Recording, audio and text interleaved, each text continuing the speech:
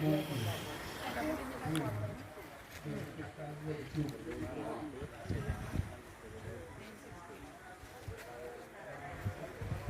waktu, dengan pertemuan Joko, bukan dengan maju. Waktu dengan Joko, tapi dengan Joko mengumpul ketupan. Ini perlu pertumbuhan kita. Kalau orang-orang boleh, budaya mesti tetap tidak.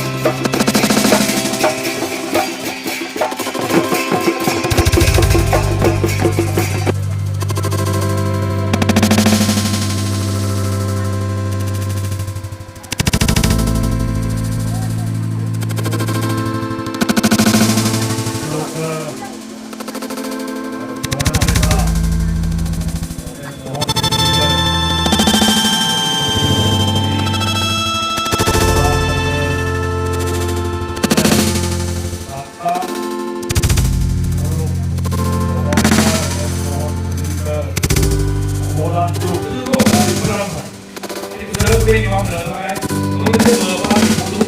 我们让他不活动，我怕他，我这个人气不好，这个不光干了，哎，把这不出来，把我不理他，把他别他，我把他给谁？啊，有什么的？我看不到，啊，我这个我要红牌的。我来到你莫耶，我莫耶，我这个莫耶不知道，真不不知道，还以为不要走，阿莫不听我的，我说了，这些不知道莫耶都不理解阿莫不听，阿莫不听我都不这样的，你别听了，别听了，不听了，你知道我不干的，别听了，啊别搞我。एक minute देखो कि हमने दो अब फिर वो सो लोगों का नाम ये वो ये आप लोग ये दो ये तो बात तो एक ला ग्रुप था और लोग सब करोड़ रुपए का हम यार पूरा नहीं हो तो का दान सरकार तो महान करोड़ करना और बहुत करना है और ऐसे तो पढ़ना मोड़ी का तो पूरी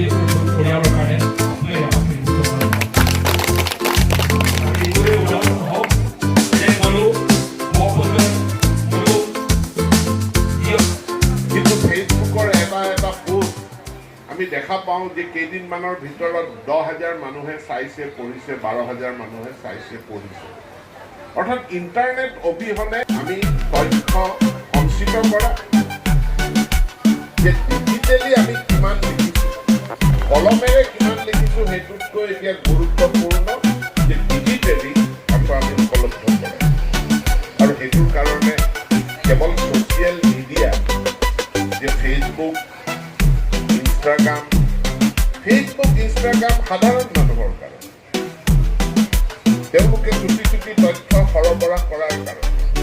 কিন্তু যিসকল ইণ্টেলেক্সুৱেল যিসকল বুদ্ধিজীৱী তেওঁলোকে নিজস্ব বিনামূলীয়াকৈ তেওঁলোকে একোটা ৱেব পেজ তেওঁলোকে ৱৰ্ডপ্ৰেছ একোটা ডেভেলপ কৰি তথ্যসমূহ উপলব্ধ কৰাব মই ভাবোঁ যে আজিৰ দিনটোত মই বহুত কথা মই একোৱেই নকওঁ মোৰ নিজৰো সংকল্প যে আমি যিবিলাক তথ্য আমি ভাবিছোঁ এইবিলাক চিৰযুগমীয়া হ'ব লাগে আজি আমি ভাবিছোঁ ৰমেশ মোহন কুলিৰ বিষয়ে নতুন প্ৰজন্মই জানিব লাগে নতুন প্ৰজন্মই যদি জানিব লাগে তেতিয়াহ'লে এই নবাপতিনখনত যিখিনি লিখিছে আৰু যিখিনি লিখিব সেইখিনি ইণ্টাৰনেটত উপলব্ধ কৰা যাতে মানুহে গুগল কৰিলে বিচাৰি পায় কাইলৈ ছাত্ৰ এজনে APSCৰ কাৰণে প্ৰিপেয়াৰ কৰিব APSC সুধি দিব পাৰে তুমি ধেমাজি জিলাৰ পৰা প্ৰথম মন্ত্ৰী হোৱা মানুহজনৰ নাম তেওঁ নামটো জানিব ৰমেশ মোহন কুলি তেওঁৰ বিষয়ে দুআষাৰ জানা পোৱা বুলি ক'লে তেওঁ কিন্তু একো উত্তৰ দিব নোৱাৰিব এতিয়া তেওঁ জানিব বিচাৰিছে নতুন প্ৰজন্মক তেওঁ ক'ত বিচাৰিব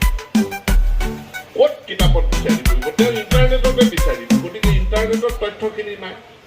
গতিকে আমাৰ যিসকল কলেজৰ শিক্ষক আছে যিসকল বিদ্যালয়ৰ শিক্ষক আছে অন্যান্য শিক্ষিত ব্যক্তি আছে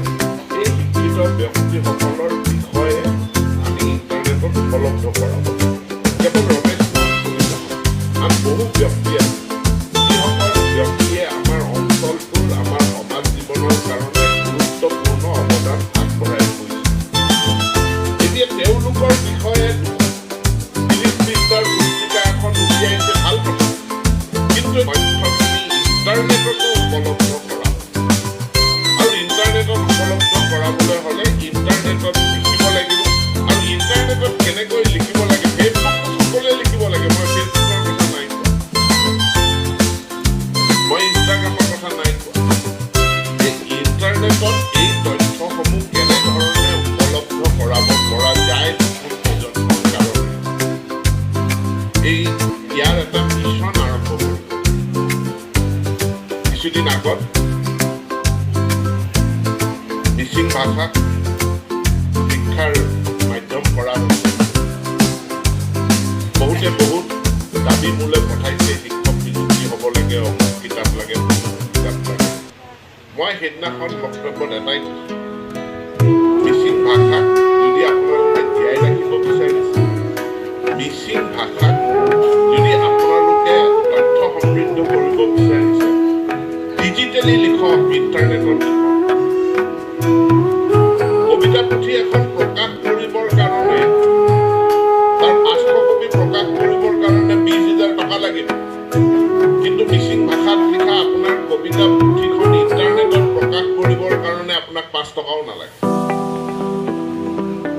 আপুনি 10টা গল্প লিখিছে গল্প সংকলনখিনি কিতাপ আকাৰে প্ৰকাশ কৰিবৰ কাৰণে আপোনাক 50,000 টকা লাগিব বা 1 লাখ টকা লাগিব কিন্তু এই 10টা গল্প ইণ্টাৰনেটত প্ৰকাশ কৰিবৰ কাৰণে আপোনাক 4 অনাও নালাগে আপুনি বিনামূলীয়াকৈ কৰিব কিতাপখন আপুনি 500 কপি ছপাব কিন্তু আপোনাৰ গল্পকেইটা ভাল হ'লে হাজাৰ হাজাৰ মানুহে সেইখিনি বিনা পইচাতে তেওঁলোকে হাজাৰ হাজাৰ মানুহে গতিকে এই ইণ্টাৰনেট যুগটোৰ তাৎপৰ্য সকলোৱে উপলব্ধ কৰক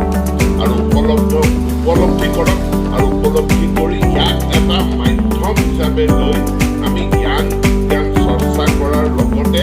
আমাৰ সম্পৰ্কে আমাৰ হেৰিটেজ সম্পৰ্কে আমাৰ ঐতিহ্য সম্পৰ্কে আমাৰ জননেতাৰ সম্পৰ্কে আমাৰ পূৰ্বপুৰুষসকলৰ সম্পৰ্কে আমি যাতে ইণ্টাৰনেটত তথ্য উপলব্ধ কৰাওঁ তাৰ কাৰণে মই আহ্বান জনাইছোঁ মই পুনৰবাৰ ৰমেশ মোহন কুলি এই ন্যাসৰ উদ্যোগক মই প্ৰশংসা কৰিছোঁ দেৰিকে হ'লেও খুব ভাল কাম এটা কৰিলে নহ'লে আমাৰ গাত